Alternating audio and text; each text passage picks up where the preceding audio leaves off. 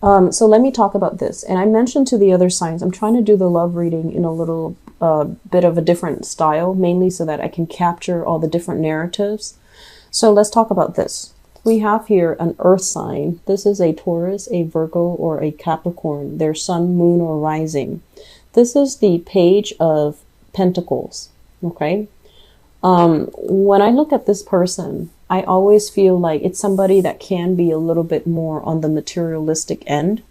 So that means they care about, money. They care about how much someone makes. They care about appearances. They care about reputation and career and things like that.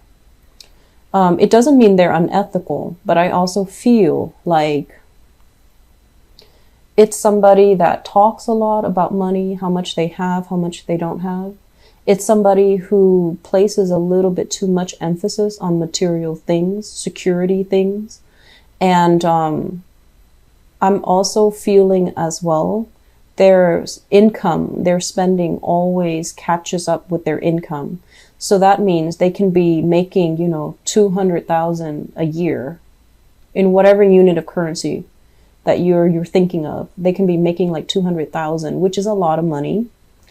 And their lifestyle, their spending always catches up with them. So they're under the premise that, I'm never making enough money.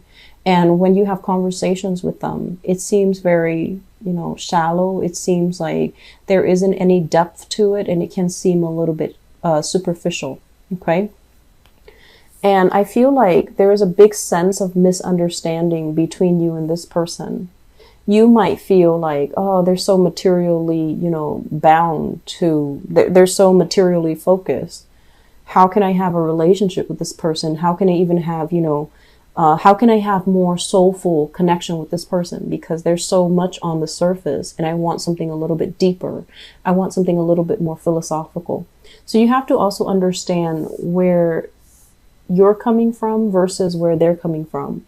They might have been in a place where, they've hit rock bottom financially. And so that's why they're so materially focused.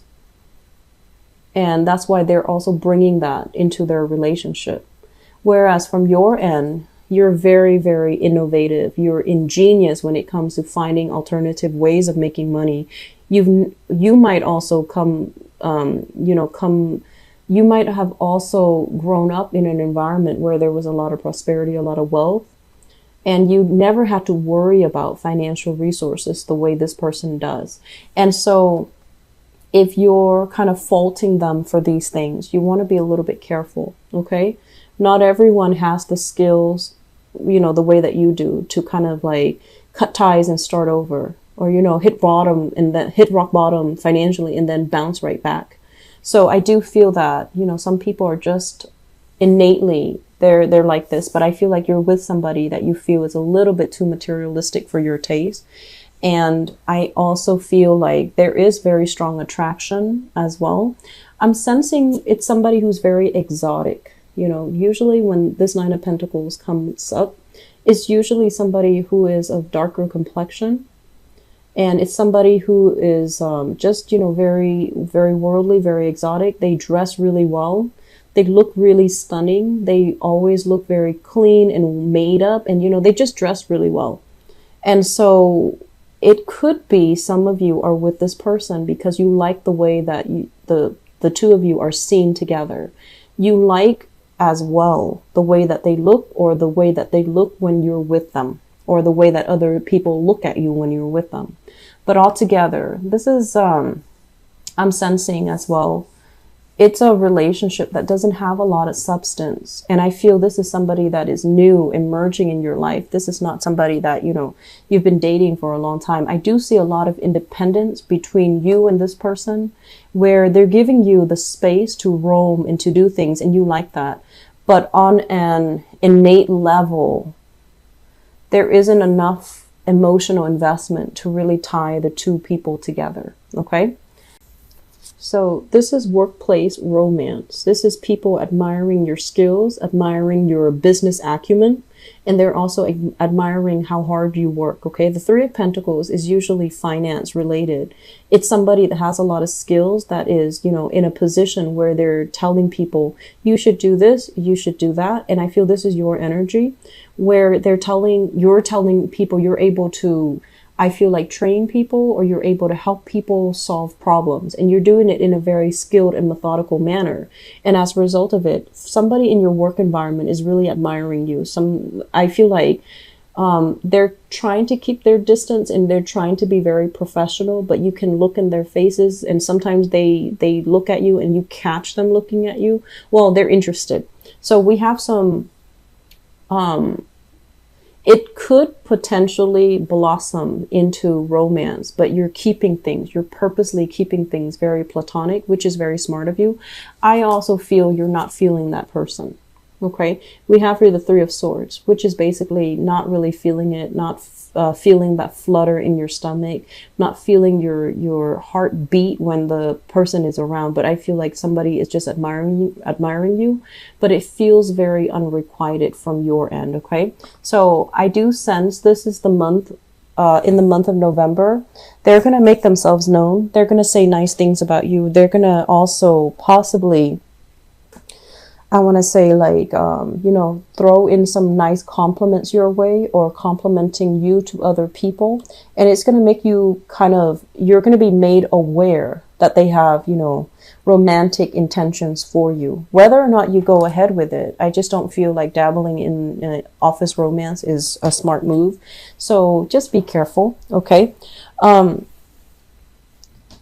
just feel like you're going to be stumbling across a lot of admirers at work. And the people that admire you, it's not just for the way that you look. It's not just for the superficial reasons. They admire you because of your skills. So in a way, you know, they admire you as a whole person. But I feel like you're keeping a very stone face. You're keeping, you know, your professional distance, which is something I strongly would advise, because I don't feel this is going to be, you know, worth pursuing. Okay. We have here Three of Pentacles, which is, you know, love at work, and Three of Swords, disappointment. So when they're all linked together, you're best off not to make a move and, you know, not dilly-dallying in that department. Okay. So let's talk about this energy. Okay. So we have here, let me talk about this one first, because it's been showing up many months for you guys. This is a water sign. Page of Cups. And this is somebody that is, I mentioned, you know, like usually attention seeking. Somebody that thrives on love and admiration from another person. They need it in order to feel good about themselves. They need it to feel safe and secure about where they stand with you. So they need a little bit more affirmation, a little bit more attention. Not that they're emotionally needy. I don't feel that they are like that. But when they love somebody, they love with their whole heart. And they need that, you know, constant feedback. Okay, so that they're not like led astray. So we have here a water sign. This is a Pisces, a Cancer, or a Scorpio. It's showing up in the reverse position. It's linked up here with the sign that I mentioned earlier, the Page of Wands. And the Page of Wands, I feel like in this situation, you have a lot going on in your life. You know, you have a lot of plans that you're trying to bring into the fold. You have a lot of people that you're interacting with. Your world is really starting to open up. And I also feel like you're at a point where being single is really not going to hurt you at all. You actually welcome the freedom to come and go as you please. You welcome the chance to be on your own and not have to make decisions based on another person. Okay. So I feel like some of you are reassessing. If you are in a relationship here with a water sign, or if you are in a relationship here with a fire sign, so Sagittarius, Aries, Leo, and this is Scorpio, Pisces, Cancer, in the reverse position, a lot of you are reassessing your bond here with this water sign. You're trying to think like practically, is this going to work? And you're trying to think as well, are they as willing to build with me as I am with them? And you're also trying to think like, is this something, is there more to it, or is this it? If I nurture it and, really invest my time, my energy in this relationship, is the other person on board as well? Is the other person going to be as committed? And is the other person going to, are they sincere? Are their feelings actually real? So I do see a lot of reassessment that's happening here. And I'm also sensing as well, there's both of these are pages, and pages are very, very young energy. And earlier you had a page of pentacles as well. So if we were to look at this, it's almost like you're purposely dating people who are not ready for relationships. That's what it feels like to me. Mainly because it's lighthearted, it's non-committal, it can be very fun.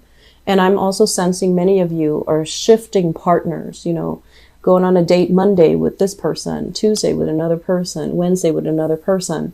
And then you have a lot of admirers in your work environment. So you're trying to just, be single, have your cake and eat it too. And that's fine. But at one point, you're going to be feeling quite empty. So if you are right now dating and you're just going through, the motion, just dating people and trying to figure out what sticks, I do feel this fire sign can be very good. This is Sagittarius, Aries, or Leo. If you're just dating, mindlessly dating, and you're just like, I wonder what works, this is a good energy. It's a very compatible energy with you. And I also feel this person, they're still growing into themselves. And then this earth sign, if you're newly dating, I'm sensing that they might be a little bit too, like the conversation will not be very deep. It's not going to be deep the way that you want. And I don't really see that emotional connection. The water sign, emotional connection for sure, but they might be, they require a lot more maintenance, and they require more heartfelt conversation that will make you really uncomfortable. So the fire sign looks good for those who are, meeting new people and dating. Okay. So your advice, Aquarius. What I'm feeling here is this. Let's talk about this. This is letting go of things that are weighing us down, letting go of things that we're clinging on to out of security, but it's not really serving a higher purpose. It's not entirely, I want to say, long-term building. So if you're just dating a lot of people, and you're just going through the motions, right? And you're just like, I don't really want to build a relationship, but I want to have it all. And the people around you are serious about you. You're going to end up, breaking some hearts. So it's important for you to, let people go if you don't have serious intentions. And I mentioned this as well. I believe with the Capricorn people, the energy it's blurred together. And so my advice here as well is, if you're dealing with somebody that is, a lot more emotionally needy than you would like, it's not a good combination. And then it will inadvertently trigger a lot of jealousies, a lot of hostilities, and a lot of like, oh, you don't need me or you don't want me. So it can create a lot of friction in the relationship. So aim for relationships that are a little bit more harmonious, a little bit more lighthearted, so that you don't end up, repeating cycles. Because I mentioned before, when you love, you're capable of loving very, very, very deeply. But I also feel like, everyone's your friend. So you feel like, if I were to stop dating this person, I'm not going to be their friends anymore. And that would suck. So then you try to cling on to that relationship, and it's not really going to be good. Okay. So if you are dabbling with multiple partners, you really want to reassess, which one is viable. If none of them are viable, that's fine. Let them all go so that you can figure out something else. And then I'm also feeling, if you're dealing with, somebody with control issues, if you're hanging on to a relationship that doesn't really have a future as well, either because of control issues, wanting to make things work, and, kind of like, I want to say rationalizing or lying to yourself that this is the one, that's also not going to serve its purpose. So, try to release some things, okay? Release baggage, release excess energy, because holding on to it is really going to affect you. It's really going to eat up your time. It's going to get you all distracted. And this is the month where you need to be very strong and you need to try to do the right thing. And you need to kind of like channel messages from your higher self in order to do the right thing and the ethical thing. And to avoid all of this mindless bickering, wasting your energy, arguing with people that don't really have, conversations that lead nowhere, I want to say. So it's a very good idea overall to release baggage. Okay. If there are, disputes and things like that in relationship, try to approach it from a spirit of understanding as well. I do see bickering coming in between you and a relationship partner.